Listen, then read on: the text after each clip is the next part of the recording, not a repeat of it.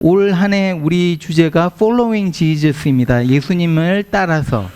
그래서 예수님을 따라간다는 것은 지난주에 존 스tott 목사님의 데피니션을 봤을 때는 예수님을 따라간다는 것은 우리가 예수님을 점점 닮아간다는 거죠. 그래서 여러분 우리가 내가 예수님을 믿었다 라고 끝나는 것이 아니라 사실은 거기서부터 시작입니다. 마치 어린아이가 태안에서 태어나서 자라듯이 우리는 이제 예수를 믿게 되고 그때부터 믿음이 점점 자라나는 거죠. 그러면서 우리가 우리의 믿음이 점점 자라나면서 우리의 그 모습 속에 예수님을 닮은 그 모습이 점점 많아져 가는 것입니다. 이것을 여러분 우리는 신앙생활이라고 말을 합니다. 그래서 우리는 지금 신앙생활을 하고 있어요. 우리는 지금 예수님을 닮아가는 훈련과 여러 가지들을 하고 있는 거죠. 그래서 우리는 이 신앙생활을 통해서 믿음 생활을 통해서 점점 성숙한 그리스도인으로 만들어져 가는 겁니다. 그러면 우리가 이제 이 믿음이 굉장히 중요한데 이 믿음의 성장을 가지기 위해서는 도대체 무엇을 해야 되는가? 어떤 것들이 내 믿음이 자라는 것이 필요할까? 이것을 앞으로 5주 동안 지난주에 잠깐 쌈무리를 여러분들에게 보여드렸는데 그 하나하나를 가지고 여러분들에게 이것을 같이 좀 나누기를 원합니다. 오늘은 우리의 믿음이 자라기 위해서 무엇이 필요할까? 우리 리더들 같이 모였을 때 우리가 한 이야기들 중에 말씀이 나를 변화하겠다. 이런 이야기들을 했습니다. 그래서 우리의 믿음이 자라기 위해서는 말씀이 필요하다. 그래서 성경은 이렇게 말을 하고 있습니다. 보여주십시오. 이제 바울이 디모데에게 편지를 한 겁니다. 그 속에서 디모데는 아들과 같았어요. 이제 아들과 같은 이 디모데에게 편지를 하면서 이렇게 말을 합니다. 모든 성경은 all scriptures, 모든 성경은 하나님의 감동으로 된 것으로, 다시 말하면 사람의 생각이 아니라는 거예요. 사람의 어떤 경험으로 쓴 책이 이 성경이 아니라는 거예요. 성경은 하나님의 감동으로, 하나님의 생각으로, 하나님의 가치관이 담긴, 하나님이 하나님 자신을 드러내 보여주는, 이렇게 된 것이라는 거죠. 교훈과, 그래서 이 하나님의 말씀은 교훈은 뭡니까? 어떻게 살아가는지, 어떻게 사는 것이 맞는지를 알려주는 겁니다. 이게 교훈이에요. 그래서 그리스도인으로 우리가 어떻게 살아가야 되고 어떻게 행동하며 어떤 말들을 하며 살아가야 되는지를 교훈한다, 알려주는 거죠. 책망과 바르게 함과 의로 교육하기에 유익하니, 이거는 교육입니다. 우리가 이제 우리 부모님들이 자녀들을 키울 때 양육을 하죠. 이제 키우면서 가르쳐 줍니다. 그래서 자녀를 바르게 키우기 위해서 자녀가 무엇을 잘못하면 때로는 매를 들기도 하고 때로는 야단도 치고 때로는 이해할 수 있도록 설명도 해줍니다. 그래서 바르게 삐뚤어 나가는 것을 바르게 만들죠. 마치 차가 달리다가 차선이 이렇게 삐뚤어져 나가면 바로 핸들을 해서 잡아주듯이 그렇게 우리는 아이들을 양육합니다. 또한 운동선수가 운동하면서 막 프랙티스 하잖아요. 훈련하잖아요. 훈련하는 것과 같이 우리는 이 말씀으로 훈련을 받는다는 거죠. 그래서 우리 지금 제자 훈련을 하고 있는데 이거는 훈련입니다. 그래서 굉장히 빡셉니다. 이번에 제자 훈련 받으시는 분들 한번 얼굴 보십시오. 얼굴이 별로 안 좋을 겁니다. 왜냐하면 부담감이 지금 굉장히 많으실 거기 때문에. 숙제도 굉장히 많고요. 막 몇 시간씩 하루에 투자를 해야 됩니다. 훈련이라는 거죠. 이 모든 것을 왜 해야 되느냐? 이는이라고 나옵니다. 이거는 목적을 말합니다. 이렇게 하는 이유는, 이렇게 양육하고 이렇게 교육하는 이유가 뭐냐 하면 그 목적은 하나님의 사람으로 온전하게 하며 모든 선한 일을 행할 능력을 갖추게 하려 함이라. 온전한 그리스도인으로 만들기 위해서 이렇게 한다는 거예요. 그래서 밖에 세상에서 사람들이 그리스도의 제자를 보고 이렇게 말하는 거죠. 믿음을 가진 사람은 참 다르구나. 정말 다르게 살아가는구나. 우리 안에서도 정말 믿음의 사람들이 있습니다.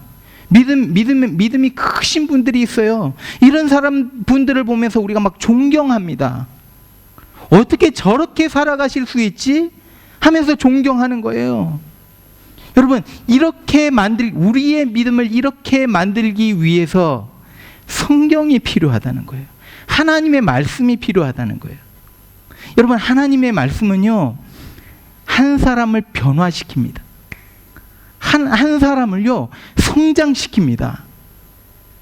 많은 분들이 좀 이런 생각을 합니다. 이제 예수를 믿게 되면 내 상황이 바뀐다고 생각을 해요. 예수를 믿게 되면 내 상황이 바뀔 것이다.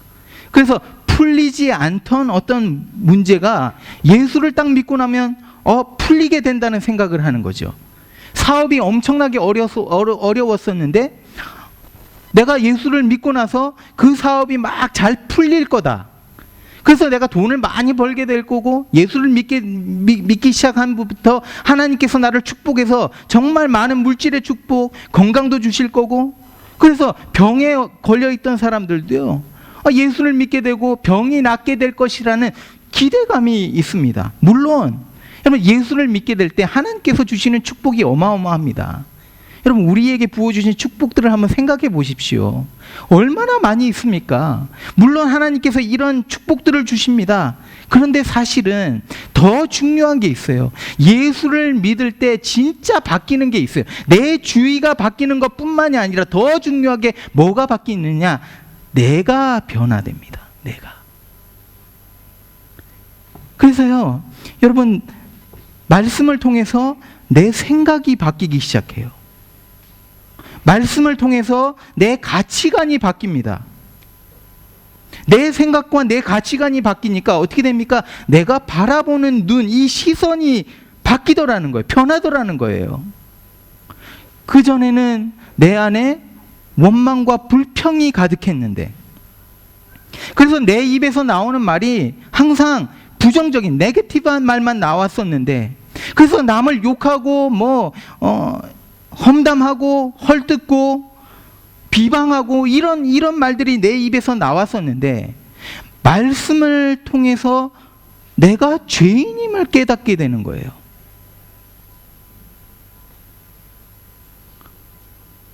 아니, 내가 저 사람보다 더 악한 죄인임을 깨닫게 되는 거예요. 그러면서 사도 바울이 한 말과 같이 나는 죄인 중에 괴수다, 이 말이 나에게 적용이 되더라는 거예요.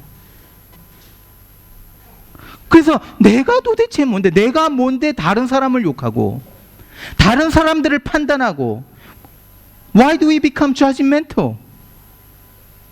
내가 비방하고, 내가 죄인 중에 괴수인데, 나는 그런 자격이 없는데, 이것을 깨닫게 된다는 거예요. 그러면서 더 깨닫게 되는 게 뭔지 아세요? 하나님이 이런 나에게, 이런 죄인보다 죄인 중에 괴수인 이런 사람에게 관심을 가지다니, 나에게 관심을 가지기 뿐만이 아니라 나를 사랑하셔서 나를 구원하시기 위해서 예수 그리스도를 십자가에 죽게 하시고 나를 구원하셨던 이 사실이 나를 겸허하게 만들어버리는 거죠. 그 앞에서 그냥 우리는 무릎을 꿇게 됩니다. 이것을 알고 깨닫게 되니까 여러분, 우리는요, 하나님의 은혜를 막 체험하는 거예요. 하나님의 사랑을 알게 되는 거예요.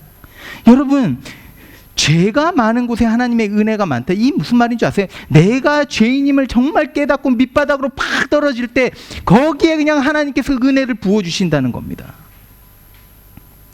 하나님의 은혜가 너무 커요. 감격할 수밖에 없어요. 그러니까 내 입에서 나오던 불평과 불만이 뭘로 변하는 줄 아세요? 다른 사람을 향해서 욕하고 비방하던 것이, 이 말이 사라지면서 뭐가 나오는 줄 아세요? 찬양이 나옵니다. 감사의 고백들이 나와요. 삶 속에서 너무 다 감사한 거예요. 아내가 있어서 감사하고 남편이 있어서 감사하고 내 자녀들 비록 공부는 좀 잘 못하지만 그래도 자녀들 건강한 거 감사하고 감사의 고백들이 나오기 시작합니다. 상황은 변하지 않아요. 상황이 변한 것은 하나도 없습니다. 그런데 내가 바라보는 시선이 변해버리니까, 내 가치관이 변하고 내 생각이 변하니까 어려운 상황 속에서도 소망을 가지게 되더라는 거예요. 나를 막 괴롭히고 나를 힘들게 하던 사람 그렇게도 미웠었는데 이제는 그 사람을 위해서 기도하기 시작하더라는 거예요. 도저히 용서가 안 되는 그 사람인데 그 사람을 위해서 기도하기 시작하더라는 거예요. 왜요? 왜 그렇게 됐습니까? 하나님의 은혜를 말씀을 통해서 알게 되고 깨달았기 되었기 때문에, 하나님의 말씀을 통해서 하나님이 나에게 원하시는 하나님의 뜻이 무엇인지 알았기 때문에, 내가 변하니까, 내 가치관이 변하고 내 생각이 변하니까, 세상을 바라보는 각도가 달라지니까 나라는 이 중심, 나의 이 코가 변해버리니까 모든 것이 달라지는 거예요. 부부 관계가 달라지죠. 부모와 자녀와의 관계가 달라집니다. 교회 안에서 성도와 성도의 관계가 달라집니다. 돈을 버는 방법이 달라집니다. 직장 생활하는 그 태도가 달라집니다. 가정 생활이 변합니다. 또 절망의 순간, 우리가 살아가면서 어려운 순간들을 맞이해요. 정말 이 시간 견딜 수 없는 시간들이 우리에게 찾아옵니다. 내 사랑하는 친구 또는 내 사랑하는 남편, 아내, 가족을 하나님 나라로 먼저 보내야 되는 그 어려운, 그 안타까운, 그 아픈 순간에도 낙심하지 않고 그 안에 소망을 품게 된다는 거예요. 죽음조차도 두렵지가 않습니다. 왜요? 하나님의 말씀은 우리를 살리는 생명의 말씀이기 때문에, 이것을 알기 때문에. 여러분, 우리는요, 하나님의 말씀 안에 있을 때 살아납니다. 살 수 있어요. 그래서 부탁드립니다, 여러분. 2020년도 한 해에 하나님의 말씀을 가까이 하십시오. 예. 하나님의 말씀을 읽고 묵상하십시오. 지난 주일부터 우리 이제 새가족반 시작이 되었습니다. 그래서 이번에 7분 시작되었고 제자반 6분 시작되었습니다. 저 얼마나 감사한지 몰라요.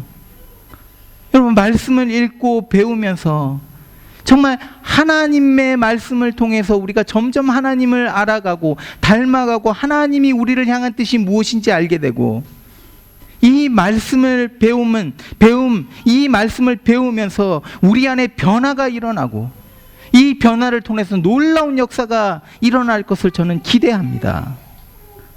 여러분, 말씀을 정말 가까이 하십시오. 여러분, 말씀을 가까이 하지 않으면서 내 믿음이 자라기를 절대로 기대할 수 없습니다.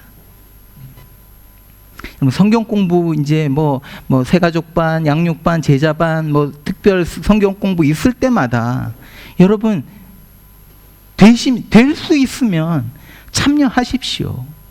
거기에 있으면 은혜인 거예요. 여러분의 믿음이 여기서 자랄 수 있습니다. 그런데 아이러니한 것이 있습니다. 어떤 사람을 보면요, 성경 말씀을 진짜 많이 읽어요. 성경 공부도 열심히 합니다. 또 아는 것도 굉장히 많아요. 성경 지식을 많이 갖고 있습니다. 그런데 성경을 아는 것은 많은데 삶의 변화는 없는 거예요. 말 한마디에 다른 사람 막 쉽게 상처를 줍니다. 잘 믿는다고 하면서, 신앙이 있다고 하면서 그 행동을 보면 완전히 이게 그리스도인인지 이런 생각이 들 정도인 거죠. 또 신앙생활을 몇십 년을 했습니다. 나섬교회 나온 지 지금 몇 년이 됐어요. 그런데 믿음이 자라지가 않습니다. 왜 내 삶에 아무런 변화가 일어나지 않고 내 믿음이 지금 막 밑으로 내려가고 그래프를 그리면 밑으로 내려가고 바닥을 칩니까? 왜 그럴까요? 그 이유를 여러분들이 더 잘 알고 계시겠죠. 성경 공부도 하고 뭐 새가족반도 하고 양육반도 다 했는데 수십 년 내 인생을 이 교회를 빼면 설명할 수 없을 정도로 나는 교회를 중심으로 여태까지 살아왔는데 왜 내 믿음은 자라나지 않습니까? 그럼 그 이유는 딱 하나예요. 교회 탓할 것 없습니다. 목사인 저에게 손가락질 할 것 없습니다.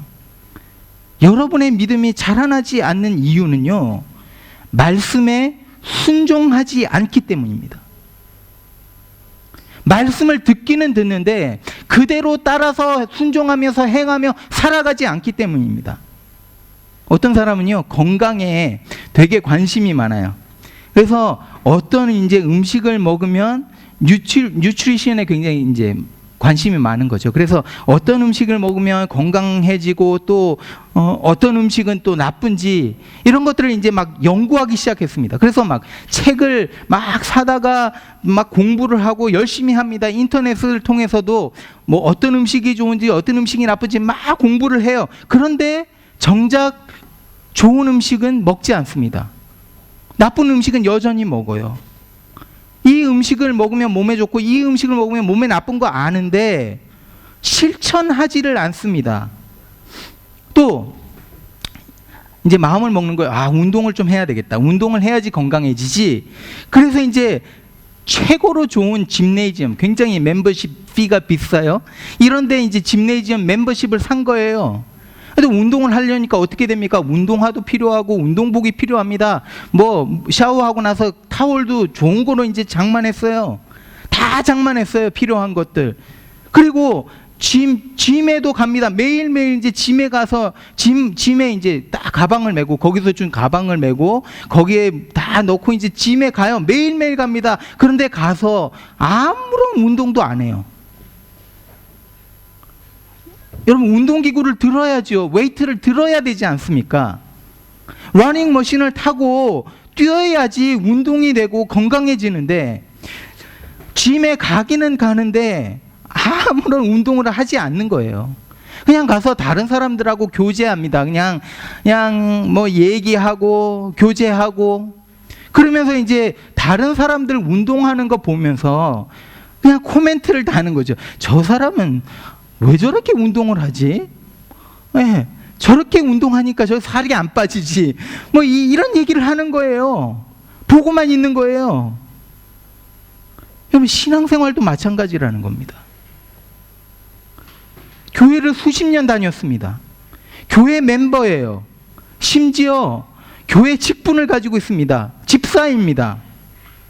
그런데 믿음의 웨이트를 들어본 적이 없는 거예요. 믿음의 땀을 흘려본 적이 없습니다. 말씀이 말하는 대로 가서 벼랑 끝에 서 본 적이 없는 거예요. 아니, 벼랑 끝에서 떨어져 본 적이 없는 거예요. 그냥 나와갖고 사람들하고 교제하고 어떤 무슨 소셜 클럽 같이 그러면서 이 사람은 어떻고 저 사람은 어떻고 이러쿵 저러쿵 얘기나 하고 하나님의 말씀은 많이 알고 있어요. 지식은 넘칩니다. 말도 잘합니다. 심지어 가르치기도 잘해요. 그런데 정작 자기는 말씀을 먹지는 않아요. 여러분, 말씀을 먹는다는 것은요, 그 말씀을 자기의 것으로 소화해서 그 말씀대로 행하며 살아가는 겁니다. 그런데 그렇게 하지 않아요. 여러분, 여러분들의 믿음이 왜 안 자라는 줄 아세요? 왜 여러분들의 믿음이 지금 바닥을 치고 있는 줄 아세요? 말씀에 순종하려는 마음이 없기 때문에, 말씀에 순종하지 않기 때문에. 이 하나님의 말씀이 여러분의 삶에서 살아서 움직여야 되는데 여러분들이 살아서 움직이게 하지 않기 때문에, 말씀이 여러분의 삶에 요구하는 도전을 할 때에 그 도전에 순종하지 않기 때문에. 오늘 본문은요, 이 산상설교라고 합니다. 예수님이 이제 산에 올라가셔서 설교를 하십니다. Sermon on the Mount라고 말을 해요. 영어로는. 그래서 이게 5장부터 마태복음 5장부터 7장까지 있습니다. 이 설교예요. 예수님의 설교, 산에서 하신. 그리고 8장 처음에 보면 예수님의 산에서 그 다음에 내려오시는 모습을 우리가 보게 됩니다.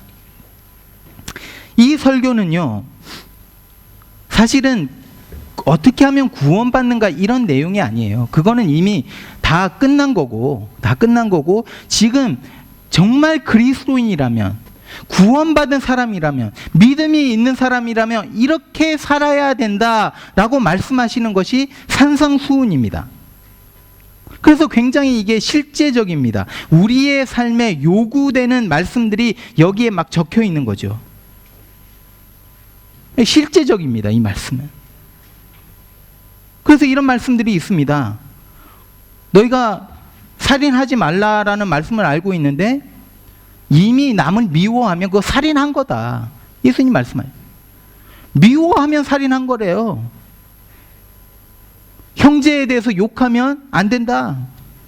다른 여인을 보고 마음에 음란한 마음을 품으면, 음욕을 품으면 그거는 이미 간음한 것이나 마찬가지다. 니네들이 나를 사랑한다고 하는데, 또 너희가 서로 사랑한다고 하는데, 너희를 사랑하는 사람을 사랑하는 것은 이거는 이방인들도 다 하는 거다. 오히려 이 사랑이 어디까지 깊어야 되느냐 하면, 원수를 내가 싫어하는 그 사람을 품고 사랑하는 것까지 가야 된다라고 말씀을 합니다. 이런 내용들이 막 들어가 있는 거죠. 다른 사람을 비판하면 안 된다. 등등등 한번 쭉 읽어보십시오. 그러면서 맨 끝부분에 가서 이런 예를 드십니다.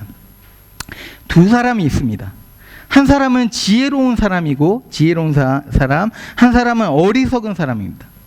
두 사람 다 동일하게 집을 지어요. 여러분, 우리 집에 관심 많잖아요. 그렇죠? 좋은 집 가지고 싶고. 어쨌든 이 두 사람이, 지혜로운 사람과 어리석은 사람, 이 두 사람이 정말 예쁜 집, 뭐 겉으로 보기에 다른 점이 없습니다. 똑같은 집을 이렇게 지었어요. 그런데 비가 막 옵니다. 비가 오니까 강이 막 넘쳐나요. 그러면서 바람이 불기 시작합니다. 이때 어리석은 사람이 지은 집은 무너져 버립니다. 그런데 지혜로운 사람이 지은 집은 그대로 버티는 거예요. 서 있는 거예요. 움직이지를 않습니다. 그 이유는 뭐냐면, 지혜로운 사람이 지은 집은, 이 집은 the foundation was on the rock. 그 기초가 반석 위에 지은 집이었기 때문에. 반면에 무너진 이 집은 왜 무너졌느냐? 그것은 모래 위에 지었기 때문에. 당연히 이 겉보기로는 다 똑같은데, 당연히 이 반석 위에 집은 그대로 있지만 모래 위에 집은 넘어질 수밖에 없는 거죠. 이게 지혜로운 사람과 어리석은 사람의 차이라는 겁니다.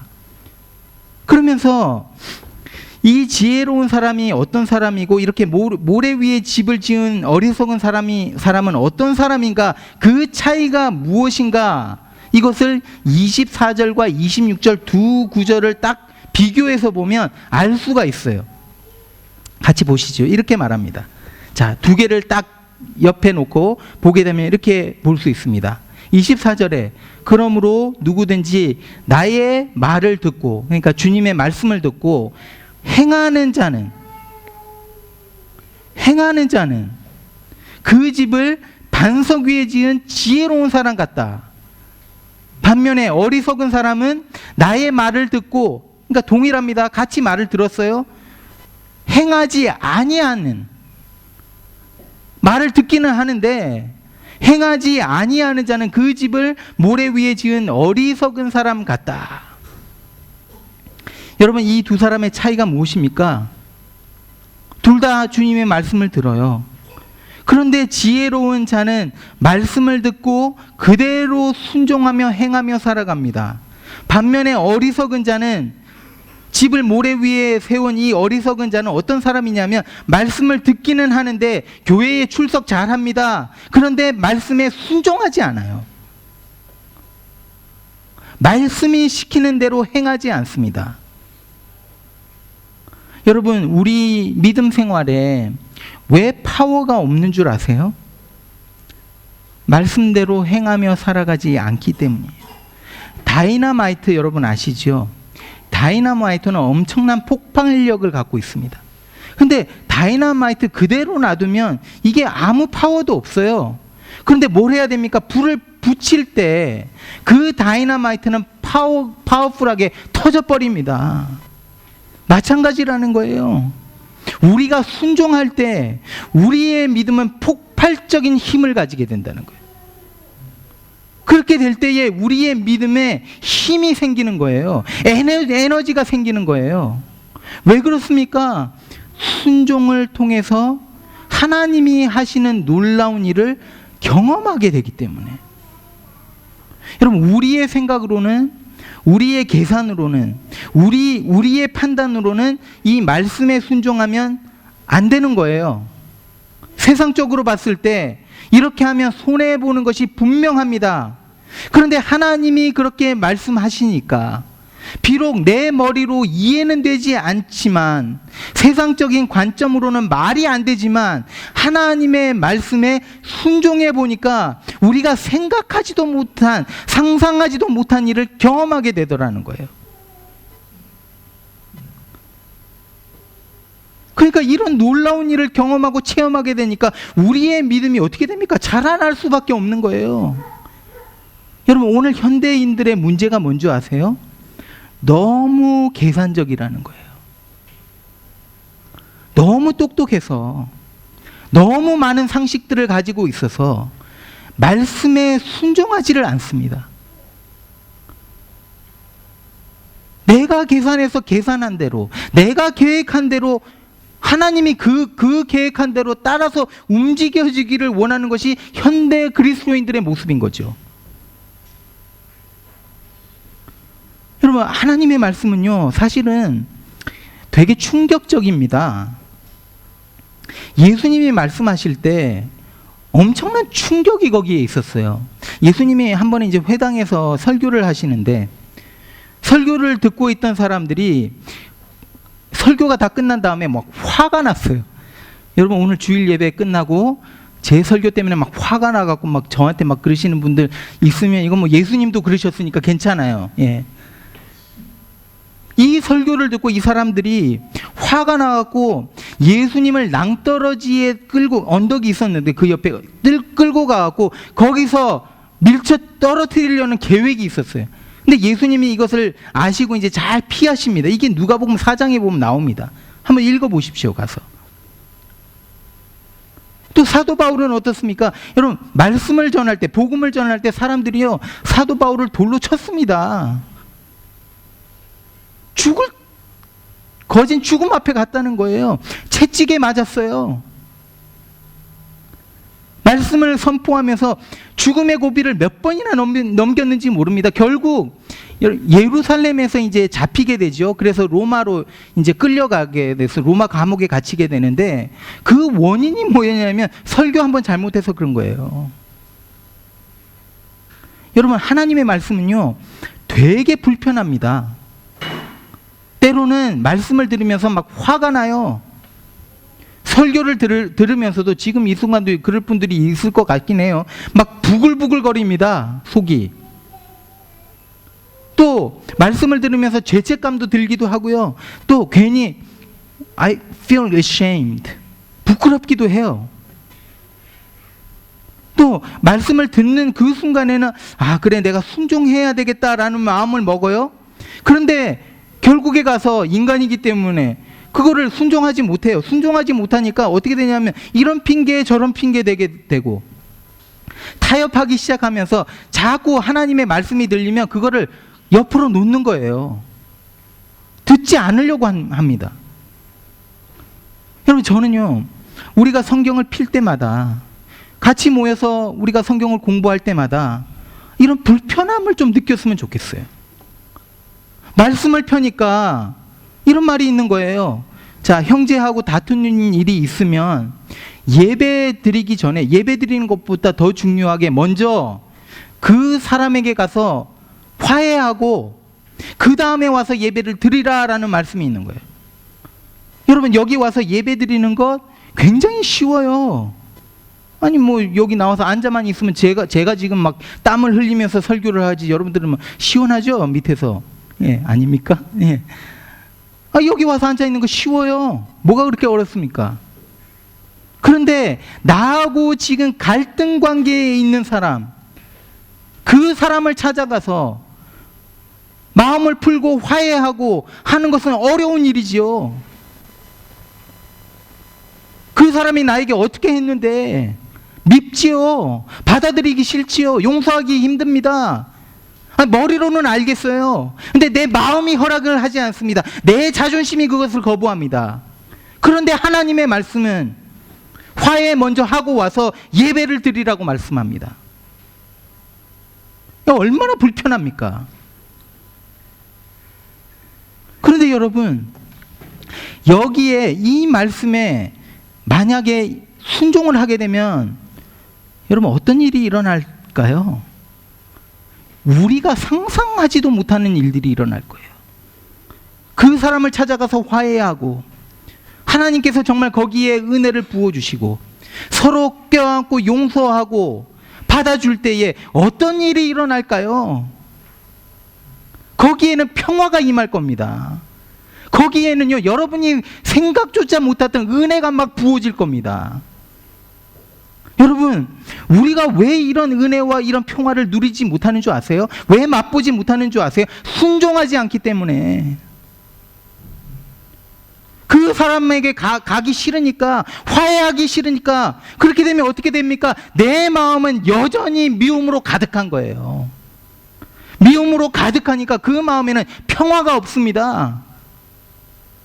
그 마음은 지옥인 거죠. 그런데 화해할 때는 하나님이 그 마음을 천국으로 만드신다는 거예요. 여러분, 우리의 믿음이 왜 안 자랍니까? 왜 우리의 믿음이 바닥을 칩니까? 왜 조그만 것에 그냥 시험에 들어갔고 교회를 뭐 떠난다느니 마느니 이 뭐 믿음 없는 얘기들이 막 나오고, 말씀을 듣기는 하는데 교회에 나오기는 하는데 하나님의 말씀에 한 번도 항복한 적이 없는 거예요. 하나님의 말씀 앞에 서렌더 한 적이 한 번도 없는 거예요. 그 말씀 앞에서 시리어스하게 내가 고민하고 이것을 정말 순종해야 되겠다는 몸부림친 적이 없는 거예요.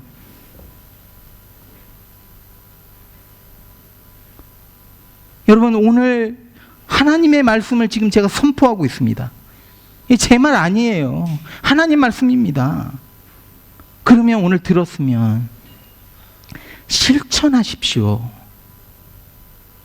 여러분의 가정 속으로 가서 그 말씀을 실천하십시오.